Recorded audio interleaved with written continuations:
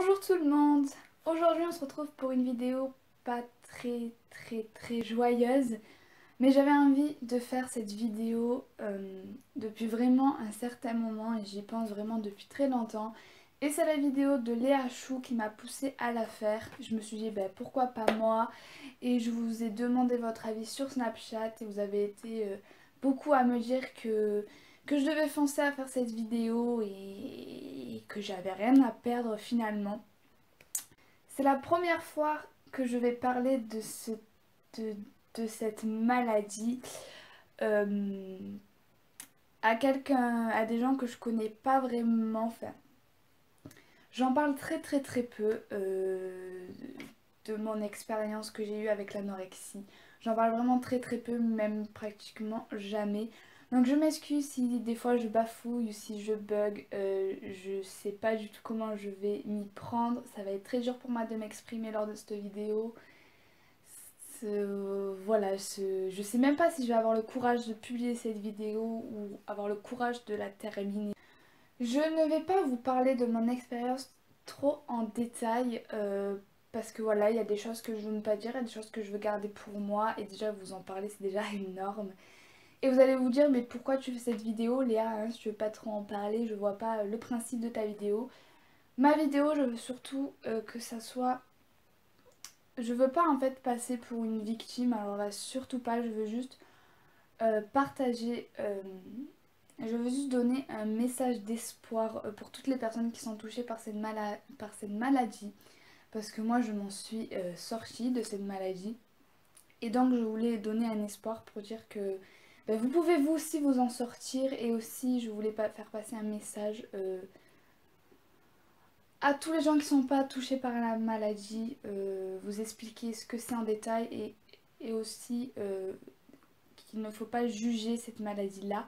Parce que c'est souvent le cas, c'est souvent ce qui se passe. Les gens insultent les gens qui sont anorexiques parce qu'ils croient que c'est surtout pour faire notre intéressant ou alors pour se faire plaindre, alors que non, pas du tout, c'est réellement une maladie. Et voilà, je voulais vous parler de tout ça pour faire passer un message de soutien. Avant de commencer cette vidéo, je voulais vous signaler qu'en aucun cas je veux me faire plaindre lors de cette vidéo, loin de là, c'est surtout comme je viens de le dire, pour partager mon expérience et vous encourager. Je veux surtout pas faire ma pusher, comme on dirait dans ma région. Non, c'est vraiment pas le cas.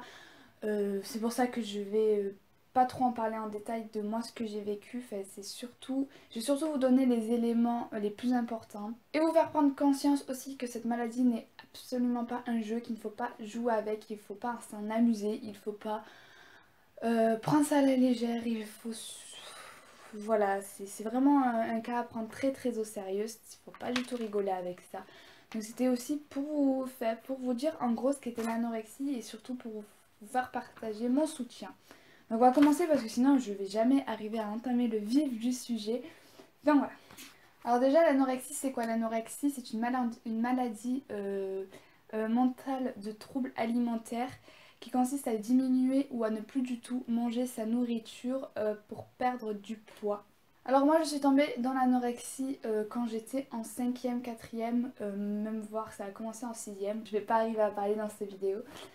Pendant 2 ans j'étais complètement là-dedans, j'étais complètement dans cet enfer pendant vraiment 2 ans. Je suis tombée dans l'anorexie dans une période de ma vie où ça n'allait vraiment pas du tout, où il n'y avait rien de bien dans ma vie. Je me sentais très seule et je me sentais très mal dans mon corps et ma peau.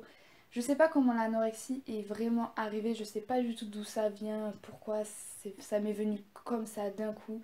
Mais ce que je peux vous dire c'est que l'anorexie arrive très rapidement et qu'on la voit pas venir en fait.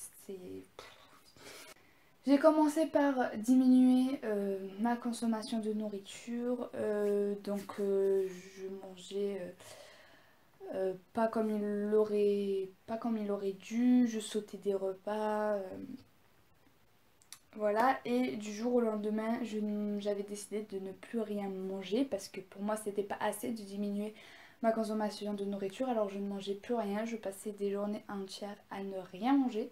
Puis petit à petit, la boulimie s'est installée dans mon anorexie mentale.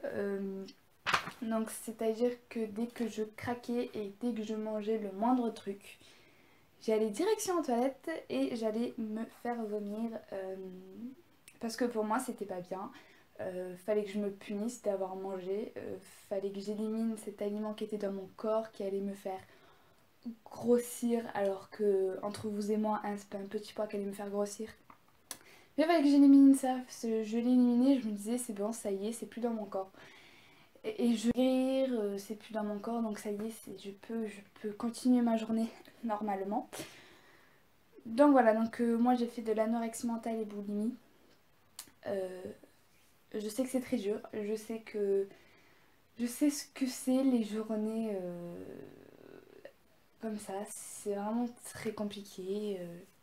J'étais arrivée tellement à un stade de d'excessivité, je sais pas si ça se dit, si ça se dit, je sais plus, que en fait toutes les 30 minutes ou toutes les 1 heure, je me rappelle plus vraiment, mais je buvais une bouteille d'eau entière. Euh, je crois qu'il y a des gens qui me regardaient dans mon école, ils devaient me prendre pour une folle, devaient me prendre pour un chameau, mais je buvais une bouteille d'eau entière, d'un coup pratiquement, euh, pour me couper ma faim et pour me dire que j'avais quelque chose dans le ventre et pour pas que je mange. Et bien évidemment, vu que l'eau fait gonfler le ventre, ben, j'allais directement aux toilettes pour vomir. Ça me saoule de pas paraître joyeuse et tout dans une vidéo, mais c'est vraiment un sujet que je parle pas souvent, donc c'est très dur, donc je m'en excuse. Mais voilà, c'est pour vous mettre dans le truc et pour vous expliquer ce qu'endure une anorexie. Enfin, moi je partage mon expérience, donc je vous raconte, pour que vous preniez conscience que c'est pas un truc à prendre à la légère. Donc j'essaye de faire du mieux que je peux. Je sais que ça peut paraître barbare avec soi-même, je sais que ça peut paraître débile pour certains. La meuf se tue la santé, la meuf enfin, je sais pas, vous pouvez trouver ça débile, mais en fait c'était mon quotidien et pour moi ça me paraissait pas normal, mais c'était... je sais pas comment vous expliquer. J'en prenais pas conscience que c'était très mal ce que je faisais et que c'était très mal pour ma santé et pour mon moral. Je m'en rendais pas conscience. Pour moi, ce qui comptait le plus, c'était pas ma santé, c'était pas mon moral, c'était perdre des kilos. C'était un besoin de maigrir, fallait que je le fasse, sinon c'était pas bien, sinon j'allais... Je pense que beaucoup de personnes qui sont comme moi peuvent comprendre ce que je ressentais à cette période-là de ma vie. Euh, je pense qu'il y a d'autres qui comprendront pas du tout et je peux vous comprendre parce que c'est sûr que c'est dur à comprendre. Mais c'était mon quotidien et s'il vous plaît ne le jugez pas. Donc comme je le disais, je ne prenais pas vraiment conscience de la souffrance que je faisais endurer à mon corps. Et c'est en regardant des photos, le peu de photos que j'ai de cette période-là, parce que je ne prenais jamais de photos. En regardant le peu de photos que j'ai, et pourtant les photos, genre il y a une photo, par exemple on voit que ma tête et un peu mes épaules. Et sur cette photo on voit euh, que j'étais très mince. Si j'ai le courage et si j'ai envie, j'essaierai de vous mettre quelques photos. J'ai vu une photo s'il n'y a pas longtemps, j'étais debout, je prenais une photo avec un, un homme qui faisait de l'équitation et que j'aimais beaucoup et on voit mes jambes qui ne ressemblent pas à des jambes. Moi c'était jamais assez, pour moi il fallait que je perde toujours plus. Moi je me voyais, pour moi j'étais grosse, hein, je vais dire les termes, pour moi 36 kilos c'était énorme. Hein, ouais, parce que j'étais arrivée à un stade, à l'époque je faisais 1m64 et, ou 1m63, je sais plus, mais dans les 1m60. Et je faisais 36 kilos. On va arrêter de parler de ma période. Enfin, si, on va y rester, mais je vais au moins parler de ma vie. Je vais surtout vous parler des conséquences. Pour que vous vous rendez encore plus compte que c'est extrêmement grave. Il ne faut pas jouer avec cette maladie parce que vous pouvez vite pourrir votre santé et plus que vous le pensez. Mais vraiment. Surtout faire prendre conscience aux personnes qui sont atteintes de cette maladie qu'il faut...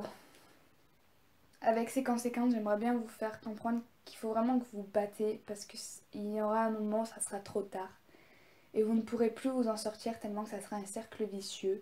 Il ne faut pas que vous restez là à vous dire je veux pas sortir de cette maladie parce que c'est ma vie, c'est moi. Si Comme quelqu'un d'autre qui est dans votre corps et qui vous pousse vers la mort petit à petit, en vous faisant souffrir plus qu'il ne le faudrait. Donc je veux vraiment qu'avec ces conséquences vous vous rendez compte qu'il faut vraiment que vous vous sortez de là parce que ça peut arriver, ça peut être grave, ça peut être très très grave. Donc voilà, on va commencer avec la première conséquence. La conséquence bien sûr, celle qui se remarque le plus quand vous arrivez à un stade assez énorme, c'est la maigreur. Parce que l'anorexie est dans la tête et l'anorexie est surtout dans le physique. La maigreur peut engendre beaucoup d'autres problèmes sur votre santé par la suite. Il n'y a pas que la maigreur dans l'anorexie, il y a beaucoup d'autres choses. Je pense que je vais vous apprendre beaucoup de choses sur ça. Même moi quand je suis tombée dans l'anorexie, je ne me rendais pas vraiment compte. Et c'est après que je m'en suis sortie que je me suis dit ah ouais, je me suis infligé quand même beaucoup de choses.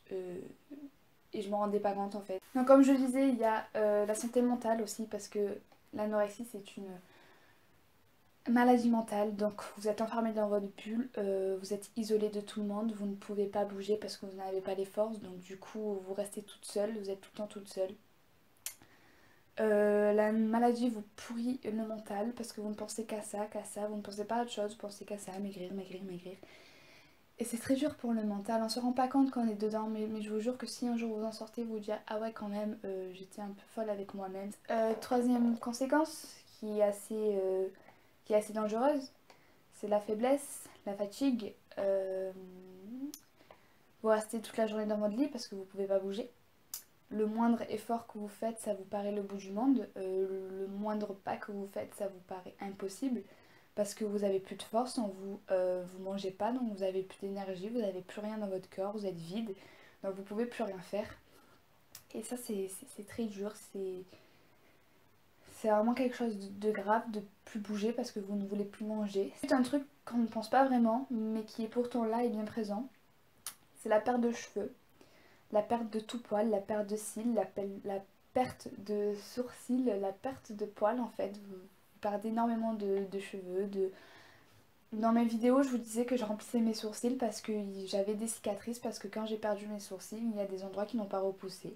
Donc du coup, ça m'a fait des trous et voilà.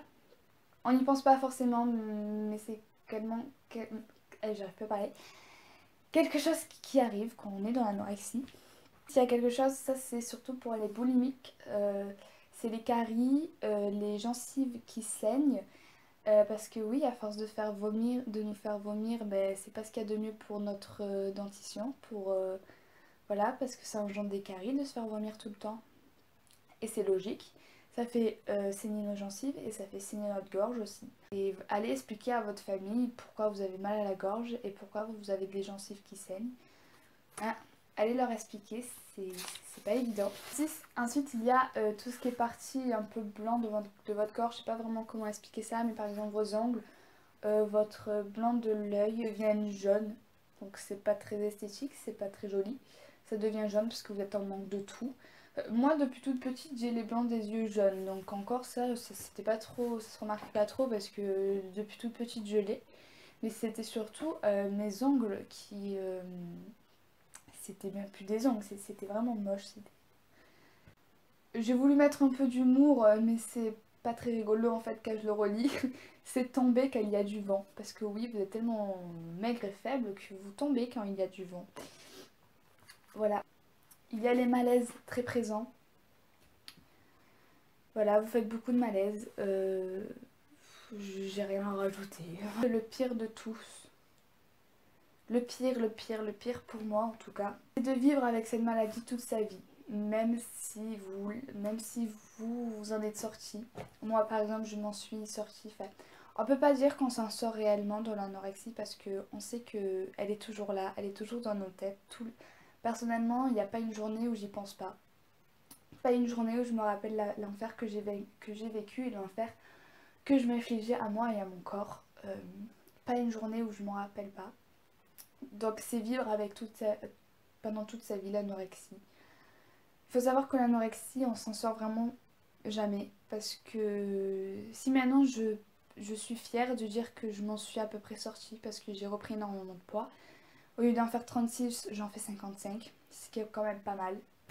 Mais je sais que à la moindre à la moindre faiblesse, il suffit que je sois vulnérable pour que cette maladie revienne d'un coup.